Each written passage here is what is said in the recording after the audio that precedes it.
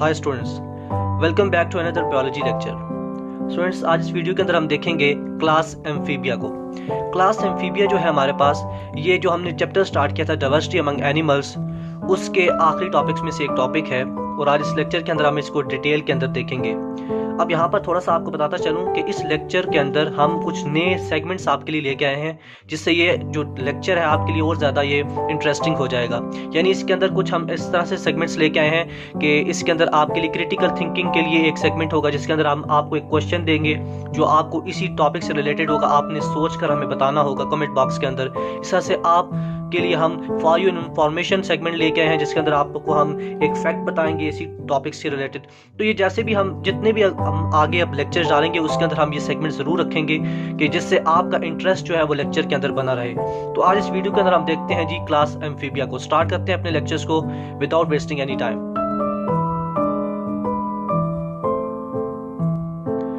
सबसे पहले हम देखते हैं क्लास एम्फीबिया के अंदर जो एम्फीबिया लफ्ज है वो किस वर्ड से डिराइव हुआ है। तो यहाँ पर मैंने लिखा है आपके लिए कि जो वर्ड एम्फीबिया है वो डिराइव हुआ है लैटिन वर्ड से एम्फी। वो लैटिन वर्ड क्या है हमारे पास? एम्फी है, विच मीन्स बोथ। अब यहाँ पर बोथ का मतलब ये है कि क्लास एम्फीबिया के अंदर जितने भी एनिमल्स आते हैं, जितने भी मेंबर्स आते हैं, उनके पास एक्वेटिक कैरेक्टर्स भी हैं और टेरेस्ट्रियल कैरेक्टर्स भी हैं। यानी क्लास एम्फीबिया के अंदर आने वाले एनिमल्स या ऑर्गेनिजम्स के अंदर दोनों तरह के कैरेक्टर्स पाए जाते हैं। हैबिटेट के हवाले से बात करें तो जो पानी के अंदर ऑर्गेनिजम्स रहते हैं उनके कैरेक्टर्स भी पाए जाते हैं, और जो खुश्की के ऊपर यानी टेरेस्ट्रियल लैंड्स के ऊपर पाए जाते हैं उनके कैरेक्टर्स भी इनके अंदर पाए जाते हैं। तो यहाँ पर ये बात आपने सबसे पहले समझनी है कि इनके वर्ड का क्या मतलब है। अब जैसे जैसे हम लेक्चर के अंदर आगे बढ़ेंगे तो आप देखेंगे कि कौन से ऐसे कैरेक्टर्स हैं जो कि इनको एक्वेटिक लाइफस्टाइल यानी अडॉप्ट करने में मदद देते हैं, और कौन से ऐसे कैरेक्टर हैं जो कि इनको टेरेस्ट्रियल यानी खुश्की पे रहने में भी मदद देते हैं। अब यहाँ पर हम पहला सेगमेंट आपके लिए बताते हैं। यहाँ पर फॉर योर इंफॉर्मेशन के लिए हम यहाँ पर आपको एक चीज बताते हैं कि जो एम्फीबियंस हैं वो ऑन दी बॉर्डर लाइन होते हैं between the aquatic and terrestrial animals. जैसा कि मैंने आपको अभी बताया कि जो एम्फीबियंस हैं वो बॉर्डर लाइन पर होते हैं एक्वेटिक और टेरेस्ट्रियल एनिमल्स के। यानी ये ना तो प्योर जो है हम कह सकते हैं एक्वेटिक होते हैं, और ना ही ये जो फुल या प्योर होते हैं टेरेस्ट्रियल एनिमल्स होते हैं। यानी ये इन बिटवीन होते हैं। ये एक्वेटिक हैबिटेट भी अपना सकते हैं और टेरेस्ट्रियल एनिमल्स यानी टेरेस्ट्रियल एनिमल्स के तौर पर भी रह सकते हैं। अब जो एनिमल्स हमारे पास हैं एम्फीबियंस के अंदर जो आते हैं वो मॉइस्ट कंडीशंस के अंदर रहते हैं या वाटर के अंदर रहते हैं, और खुश्की पर भी रह सकते हैं। तो इस वजह से हम कहते हैं कि ये सक्सेसफुल ग्रुप नहीं है जो कि एज अ हैबिटेट अपने आप को यानी वाटर के अंदर हैबिटेट अपना बनाए या फिर खुश्की के ऊपर बनाए। तो इस वजह से हम कहते हैं कि ये बॉर्डर लाइन पर होते हैं between the aquatic and terrestrial animals. अब हम आगे बढ़ते हैं लेक्चर के अंदर। तो आपको कुछ बताएं तो हमारे पास जो एम्फीबियंस होते हैं वो पेक्यूलियोथर्मिक होते हैं।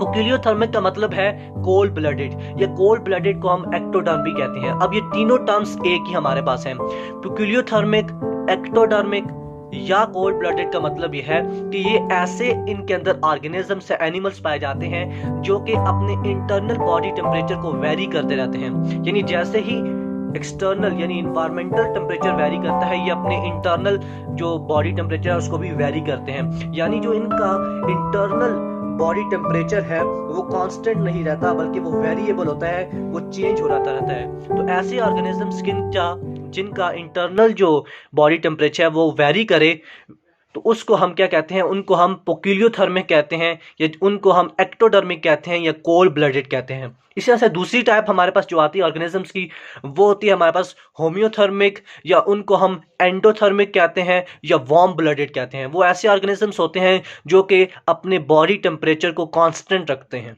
तो उनकी बात हम किसी और लेक्चर के अंदर करेंगे, या जिस वक्त हम आगे रेप्टाइल्स के ऊपर और मैमल्स के अंदर जाएंगे तो उनकी बात भी करेंगे। लेकिन आपने ये बात अच्छे तरीके से ध्यान में रखना है, क्योंकि कॉम्पिटिटिव एग्जाम्स के अंदर पूछा जा सकता है कि एम्फीबियंस कौन से ऐसे ग्रुप के साथ ताल्लुक रखते हैं। तो आपको पता होना चाहिए कि जो एम्फीबियंस हैं वो पेक्यूलियोथर्मिक होते हैं, यानी वो अपने बॉडी टेम्परेचर को वेरी करते रहते हैं। उसके बाद सेक्सेस की बात करें तो इनके अंदर जो सेक्सेस होते हैं वो सेपरेट होते हैं, यानी फीमेल और मेल दोनों अलग अलग होते हैं। इस तरह से फर्टिलाइजेशन जो होती है वो एक्सटर्नल होती है, यानी outside the body of mother होती है। जिस वक्त भी फर्टिलाइजेशन होती है वो आउटसाइड द बॉडी होती है, और ये ज़्यादातर जो है हमारे पास वाटर के अंदर होती है।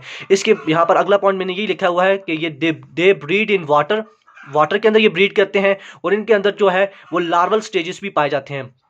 अब जब भी लार्वल स्टेजेस पाए जाते हैं तो उस तरह के हम डेवलपमेंट को क्या कहते हैं, वो हम इनडायरेक्ट डेवलपमेंट कहते हैं। इनडायरेक्ट डेवलपमेंट के अंदर यही होता है कि जो ऑर्गेनिजम्स होते हैं उनके अंदर जो ऑर्गेनिजम्स की डेवलपमेंट स्टेजेस होती हैं उनके अंदर लार्वा भी पाया जाता है, लार्वा वाली स्टेजेस भी आते हैं। तो एम्फीबियंस भी ऐसे ही ऑर्गेनिजम्स है जिनके अंदर लार्वल स्टेजेस पाई जाती हैं। तो स्टूडेंट्स आपको यहाँ पर पता होना चाहिए कि इनके अंदर जो लार्वा पाया जाता है उसका क्या नाम है, क्योंकि कॉम्पिटिटिव एग्जाम्स के अंदर लार्वा के जो नाम होते हैं वो भी पूछ लिए जाते हैं। तो एम्फीबियंस के अंदर जो लार्वा पाया जाता है उसको हम कहते हैं टैडपोल लार्वा। इस तरह से और जो हमारे पास हमने फाइलम पढ़े उसके साथ साथ मैंने आपको लार्वा के नाम भी बताए। एक अलग से भी अगर आपने कहा तो मैं वीडियो बना दूंगा जिसके अंदर आपको मैं एक ट्रिक बताऊंगा, शॉर्ट ट्रिक, जिसकी वजह से आप जितने भी ऑर्गेनिजम्स हैं, जितने भी फाइलम्स हैं डिफरेंट, उनके आप लार्वा के नाम जो है उस एक सेंटेंस की वजह से, उस ट्रिक की वजह से आप आसानी से याद कर पाएंगे। अब बात करते हैं इनकी गुनैट्स की। अब जो गुनैट्स इनके अंदर होते हैं वो पेयर्ड होते हैं। गुनैट्स का क्या मतलब होता है, यानी यहाँ पर ये ऐसे स्ट्रक्चर्स होते हैं जो कि गैमीट्स की फॉर्मेशन में मदद देते हैं। तो वो यहाँ पर इनके अंदर पेयर्स पाई जाती हैं उनकी। इसके अलावा बात करें तो मोस्ट फॉर्म्स जो है इनकी ओवी पैरिस होते हैं। ओवी पैरिस का मतलब यह है कि ये ले करते हैं एग्स को, एक्स की मदद से, यानी अपने ये बच्चे जो हैं उनको बर्थ देते हैं। इनकी डेवलपमेंट की बात की तो डेवलपमेंट जो है इनकी टेक प्लेस होती है through the process of Metamorphosis. अब मेटामॉर्फोसिस क्या है, डिटेल के अंदर मैंने एक लेक्चर के अंदर आपको बताया था और इसकी टाइप्स भी बताई थी। मेटामॉर्फोसिस एक ऐसा बायोलॉजिकल प्रोसेस है जो कि एम्फीबियंस के अंदर पाया जाता है, इंसेक्ट्स के अंदर पाया जाता है। और इसके अंदर ये होता है कि जो जिस वक्त बर्थ होती है तो नहीं, यानी जिस वक्त एक इमेच्योर जो स्टेज होती है, इमेच्योर से मेच्योर स्टेज के अंदर जाना, अडल्ट स्टेज के अंदर जाना थ्रू डिफरेंट स्टेजेस, यानी डिफरेंट स्टेजेस से गुजरते हुए, डिफरेंट लार्वा स्टेजेस से गुजरते हुए एक इमेच्योर फॉर्म से मेच्योर या अडल्ट स्टेज के अंदर कन्वर्ट करना ऑर्गेनिजम्स का होना, उस तरह के प्रोसेस को हम मेटामॉर्फोसिस कहते हैं। ये एक साइक्लिक प्रोसेस होता है, बायोलॉजिकल प्रोसेस होता है। इसकी दो टाइप्स होती हैं, कंप्लीट मेटामॉर्फोसिस होती है और इनकम्प्लीट मेटामॉर्फोसिस होती है। इसको मैंने डिटेल के अंदर पढ़ाया है। ऊपर आई बटन पर आपको इसका लिंक मिल जाएगा। ये वीडियो देखने के बाद आप इस लेक्चर को भी देख सकते हैं और इस कंसेप्ट को भी अपने क्लियर कर सकते हैं। उसके बाद हम आगे जाते हैं तो हमारे पास डेवोनियन पीरियड्स के अंदर, जो जियोलॉजिकल हिस्ट्री के अंदर डेवोनियन पीरियड है, उसके अंदर सर्टन जो लोब्स हैं, फिन लोब्स, जो ग्रुप डिप्नॉय से ताल्लुक रखते हैं, उन्होंने शैलो वाटर के अंदर मूव करना स्टार्ट किया। अब शैलो वाटर के अंदर जब वो आए तो they started crawling from one pool to another in search of food and to avoid over crowding and competition. यानी डिप्नॉय जो ग्रुप है हमारे पास, जिनके अंदर लोब फिन फिशेस आती हैं, जिनको हम लंग फिशेस भी कहती हैं, उन्होंने शैलो वाटर की जब अंदर आई तो उन्होंने क्रॉल करना शुरू किया एक पूल से दूसरे पूल, यानी वो इन सर्च ऑफ फूड और ओवर क्राउडिंग से बचने के लिए, कंपटीशन से बचने के लिए वो शैलो वाटर के अंदर जब उन्होंने मूव किया तो इस वजह से हमारे पास क्या हुआ कि उन्होंने कुछ जो समय है, अपना टाइम है, उन्होंने लैंड के ऊपर भी यानी गुजारना शुरू किया। और इस वजह से हम कहते हैं कि these fishes are believe to give rise to amphibians, यानी जो लंग फिशेज हैं, जो डिप्नॉय है, उनको कहा जाता है कि ये जो है इन्होंने यानी इनकी वजह से जो है एम्फीबियंस जो ग्रुप है वो यानी एवोल्यूशन के अंदर आया है, वो उसने यानी टेक प्लेस किया है। वो किस तरह से, अब थोड़ी सी यहाँ पर बात करते हैं आपके लिए डिप्नॉय की। डिप्नॉय हमारे पास क्या है, डिप्नॉय एक ऐसा ग्रुप है जिसके अंदर लंग फिशेज आती हैं।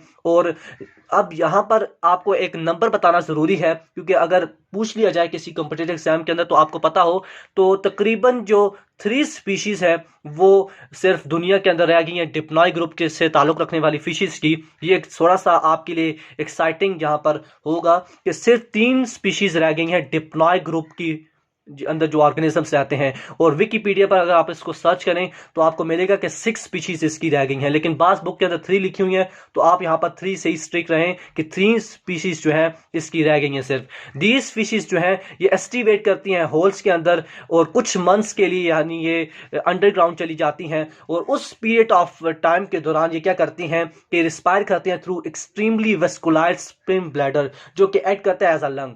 अब यहाँ पर तभी हम इनको लंग स्पीशीज कहते हैं, क्योंकि जब ड्राई मंथ्स आते हैं तो ये हाइबरनेट कर जाती हैं, यानी ये एक होल कर अंडरग्राउंड चली जाती हैं और वहां पर ये जो इनका वस्कुलराइज्ड स्विम ब्लैडर होता है उसको ये यूज करती हैं और उससे ये रिस्पायर करती हैं वहां पर, और जो उनका एक्ट करता है एज अ लंग। और जब रेनी सीजन्स आते हैं तो ये दोबारा से बाहर आ जाती हैं और ये अपनी नॉर्मल जो लाइफ है उसको आगे यानी परस्यू करती हैं। और इस तरह वो रिस्पायर किस तरह से करती हैं, वो गिल्स से थ्रू करती हैं, जैसे कि दूसरी बोनी फिशेस करती हैं।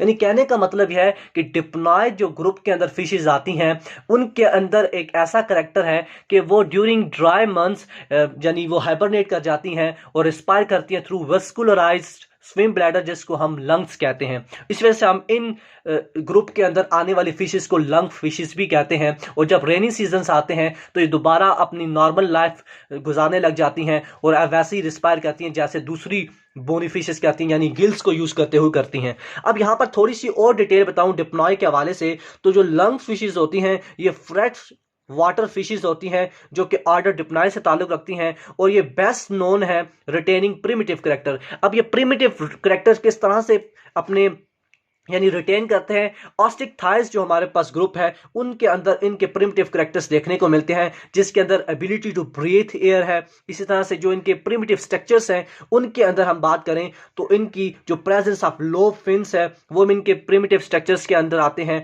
और जो इनका इंटरनल स्ट्रक्चर है वो भी काफ़ी डेवलप्ड होता है। तो ये कुछ डिटेल थी डिप्लॉय की। अगर आपने कहा तो एक अलग से भी लेक्चर बना देंगे जिसके अंदर आपको फुल डिटेल के अंदर लंग फिशेस और डिप्लॉय के बारे में यहाँ पर आपको यानी इंफॉर्मेशन देंगे। लेकिन यहाँ पर क्योंकि थोड़ी सी बात हुई तो मैंने बोला क्यों ना आपको इसको थोड़ी सी डिटेल बता दूं।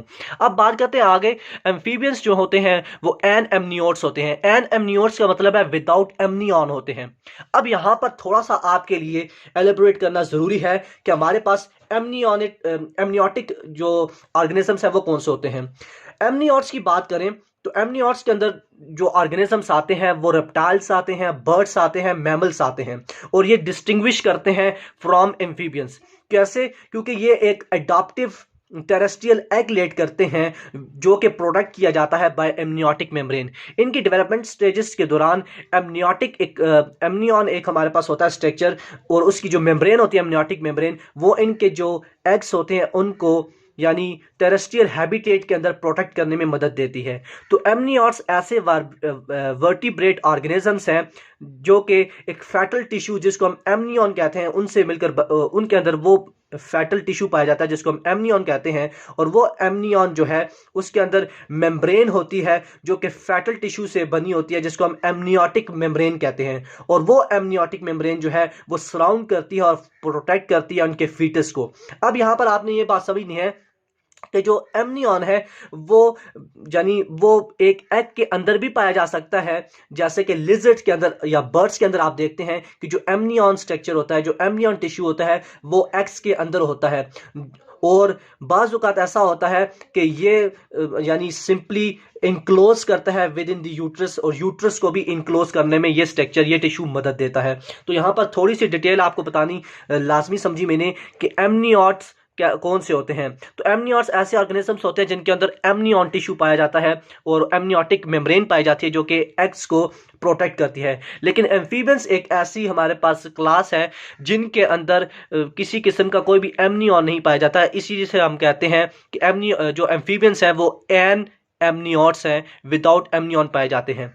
इसके अलावा बात करें तो मोस्टली जो फॉर्म्स हैं जो एम्फीबियंस की वो हाइबरनेशन करते हैं ड्यूरिंग विंटर। यानी विंटर का जब सीजन आता है तो ये हाइबरनेट कर जाते हैं। हाइबरनेट का मतलब यहाँ पर ये है कि ये इस प्रोसेस के दौरान ये करते हैं कि ये एक डिग डीप करते हैं, एक गहरा जो है होल करते हैं मड के अंदर और सरवाइव करते हैं वहाँ पर ये विंटर सीजन के अंदर। और एनर्जी कहाँ से लेते हैं? फैट बॉडीज डिपॉजिट्स होते हैं इनके अराउंड दी किडनीज, वहां से एनर्जी को गेन करते हैं। यानी इनकी किडनीज के अराउंड कुछ फैट बॉडीज जो हैं डिपॉजिट्स होती हैं उनको वहाँ पर ये यूज़ करती हैं एज अ एनर्जी सोर्स और वहाँ पर ये एनर्जी को यानी लेती हैं ड्यूरिंग विंटर सीजन्स। इनकी एग्जांपल्स की बात करें अब यहाँ पर तो एग्जांपल्स के अंदर फ्रॉग्स, टोड्स और वो सारी चीज़ें आती हैं, वो भी हम आगे चलकर बात करेंगे। लेकिन यहाँ पर एम्फीबियंस को जो एक कैरेक्टरिस्टिक फीचर ये है कि वो हाइबरनेशन कर देती हैं ड्यूरिंग विंटर। इसके अलावा बात करें तो इनकी जो स्किन होती है वो हमारे पास पिगमेंटेड होती है, यानी इनके अंदर क्रोमेटोफोर पिगमेंट पाया जाता है इनकी स्किन के अंदर। इनकी स्किन स्मूथ होती है, मॉइस्ट होती है और रिच इन ग्लैंड्स होती है, यानी इनकी स्किन के अंदर बहुत सारे ग्लैंड्स पाए जाते हैं जो कि अपनी सिक्रीशन करते हैं और डिफरेंट फंक्शंस को परफॉर्म करते हैं। अब इनकी जो स्किन होती है वो स्मूथ और मॉइस्ट इस वजह से होती है ताकि ये अपनी स्किन को यूज करते हुए रिस्पायर कर सकें, ऑक्सीजन को एनवायरमेंट्स के अंदर ले सकें। हाईली वस्कुलर होते हैं ये, और जनरली जो इनके अंदर स्केल्स होते हैं वो एब्सेंट होते हैं, स्केल्स इनके अंदर नहीं होते। जैसा कि हमने फिशेस के अंदर देखा था, उनकी भी दो टाइप्स आती हैं, वो ऑस्टिक थाइस और बोनी, यानी बोनी फिशेस और दूसरी बोनलेस फिशेस, उनकी हमने बात की, वो भी आप लेक्चर्स देख सकते हैं। लेकिन यहाँ पर एम्फीबियंस की बात करें तो इनके अंदर जो जनरली स्केल्स होते हैं वो एब्सेंट होते हैं, और कुछ जो इनके अंदर ग्लैंड्स होते हैं वो पॉइजनस भी होते हैं, जो कि पॉइजन को भी जो है सिक्रीट करते हैं। इसके अलावा लार्वल स्टेजेस की बात करें तो लार्वल स्टेजेस के अंदर ये रिस्पायरेशन किस तरह करते हैं, ये रिस्पायर करते हैं थ्रू गिल्स, क्योंकि मैंने आपको बताया कि ये ब्रीड के अंदर करते हैं, ये ब्रीड करते हैं वाटर के अंदर। तो वाटर के अंदर जो रिस्पायरेशन का हमारे पास जो आर्गन हम कह सकते हैं, जो रिस्पायरेशन का स्ट्रक्चर होता है वो गिल होता है। तो लार्वल स्टेजेस के दौरान ये रिस्पायर करते हैं थ्रू गिल्स, और जब अडल्ट्स के अंदर ये यानी मैच्योर हो जाते हैं, अडल्ट्स बन जाते हैं, तो ये लंग्स से और स्किन को यूज करते हुए रिस्पायरेशन करते हैं। और यही मोड हमें बताता है कि ये टेरेस्ट्रियल मोड ऑफ हैबिटेट में भी रह सकते हैं, क्योंकि गिल्स जो है ये एक्वेटिक एनिमल्स का एक करेक्टर है या स्ट्रक्चर है जो कि रिस्पायरेशन में मदद देता है। और जबकि लंग्स और स्किन की बात करें तो ये टेरेस्ट्रियल मोड के अंदर जो ऑर्गेनिजम्स पाए जाते हैं, जो एनिमल्स पाए जाते हैं, उनका करेक्टर है। तो लिहाजा यहाँ पर आपको पता चलेगा कि जो एम्फीबियंस हैं वो दोनों तरह के करेक्टर रखते हैं और दोनों तरह के हैबिटेट के अंदर भी सर्वाइव कर सकते हैं। इसके अलावा बात करें तो ये स्विम किस तरह करते हैं वाटर के अंदर, ये स्विम करते हैं with the help of laterally flatten tail. इनके अंदर लेटरल साइड पर फ्लैटन टेल होती है जिसको यूज कर ये स्विम करते हैं वाटर के अंदर। और जब डेवलपमेंट होती है इनकी तो गिल्स जो है वो ड्यूरिंग मेटामॉर्फोसिस तो ये दे स्टार्ट टेरेस्ट्रियल लाइफ, यानी जिस वक्त मेटामॉर्फोसिस हो जाती है और इनके जो गिल्स होते हैं वो भी डेवलप हो जाते हैं, तो ये यानी लंग्स की यानी स्ट्रक्चर इनके अंदर बन जाते हैं और स्किन को यूज कर ये टेरेस्ट्रियल मोड ऑफ लाइफ के अंदर भी अपने आप को जो है वो सरवाइव कर सकते हैं, वहां पर भी अपने आप यानी उनको यूज कर ये सर्वाइव कर सकते हैं। अब एम्फीबियंस की बात करें तो हमारे पास कुछ और करेक्टर्स यहाँ पर ये आते हैं कि इनका जो हार्ट होता है वो 3 चैम्बर्ड होता है। 3 चैम्बर्ड हार्ट होता है विद रिस्पेक्ट टू 2 आर्टरिया, यानी 2 आरिकल्स होते हैं और 1 वेंट्रिकल्स होते हैं।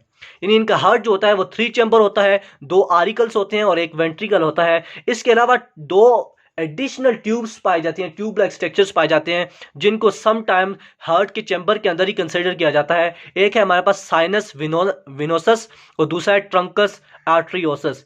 साइनस विनोसस और ट्रंकस आर्टरियोरस 2 ऐसे एडिशनल स्ट्रक्चर्स हैं जिनको सम टाइम हम हार्ट के चैम्बर्स के अंदर ही कंसिडर करते हैं। इसके अलावा बात करें तो इनके अंदर डबल सर्कुलेशन पाई जाती है। अब सर्कुलेटरी जो सिस्टम है उसकी बात करें तो सर्कुलेटरी सिस्टम हमारे पास 2 तरह के होते हैं। एक हमारे पास ओपन सर्कुलेटरी सिस्टम होता है, एक क्लोज सर्कुलेटरी सिस्टम होता है। जो इनवर्टिब्रेट्स होते हैं उनके अंदर ओपन सर्कुलेटरी सिस्टम पाया जाता है।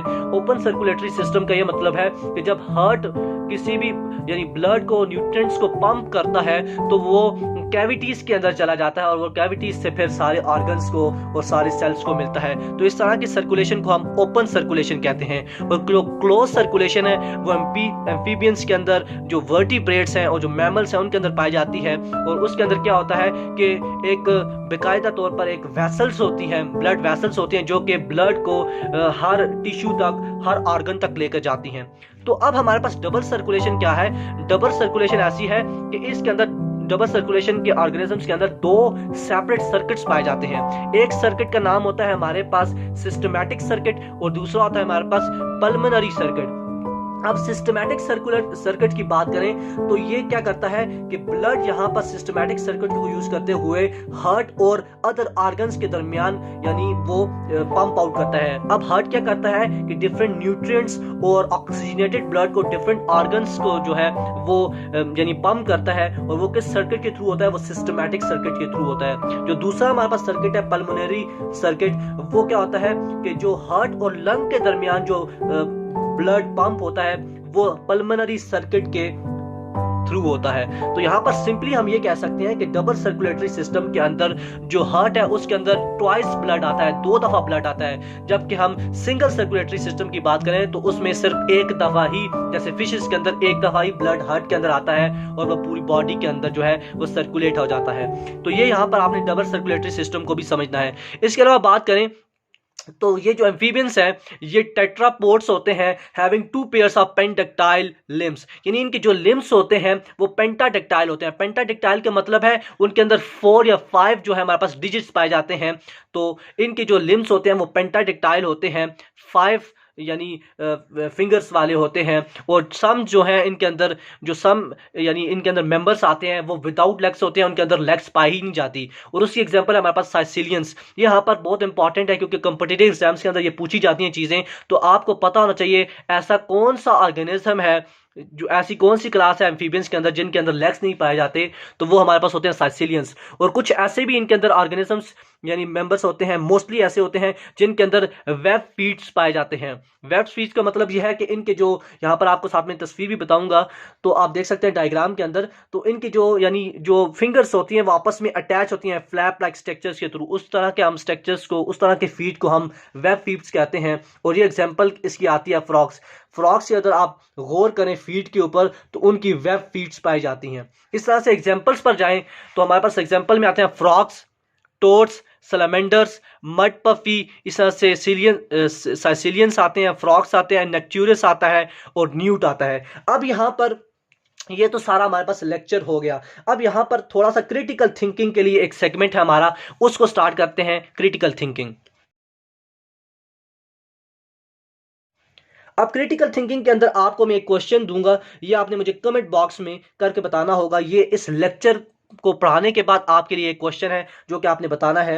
वो क्वेश्चन हमारे पास ये है कि what limits the ability of amphibians to occupy the full range of terrestrial habitat and allows other terrestrial vertebrates to live in them successfully. तो ये हमारे पास क्वेश्चन है, ये आपने मुझे कमेंट कर कर थोड़ा सा सोचना है, इस क्वेश्चन के ऊपर थोड़ी सी रिसर्च करनी है और फिर हमें कमेंट बॉक्स में कमेंट करके बताना है कि इसका आंसर क्या होगा। तो ये हमारा आज का लेक्चर था जिसके अंदर हमने डिटेल के अंदर जो है वो क्लास एम्फीबिया को देखा, उसकी हमने करेक्टरिस्टिक्स को देखा, डिफरेंट जो हमारे पास सिस्टम्स हैं, circulatory system, respiratory system, reproductive system, ये सारी देखा। इसकी कुछ हिस्ट्री के बारे में हमने बात की और ये सारा लेक्चर यहाँ पर हमने कंक्लूड किया। और कुछ यहाँ पर सेगमेंट्स भी हमने इस लेक्चर के अंदर डाले जिसके अंदर हमने फॉर योर इंफॉर्मेशन का एक लेक्चर डाला यानी सेगमेंट डाला, और क्रिटिकल थिंकिंग के लिए आपको एक क्वेश्चन दिया है जो कि आपने हमें कमेंट बॉक्स में कमेंट करके बताना है। तो ये आज का लेक्चर था, मुझे उम्मीद है कि आपको ये अच्छा लगा होगा। अगर अच्छा लगा है तो लाइक कीजिए, हमारे चैनल को सब्सक्राइब करें ताकि ऐसे इंटरेस्टिंग जो लेक्चर्स हैं आपके लिए हम लेकर आते रहें। तो इंशाल्लाह नेक्स्ट वीडियो के अंदर मिलेंगे। अल्लाह हाफिज़।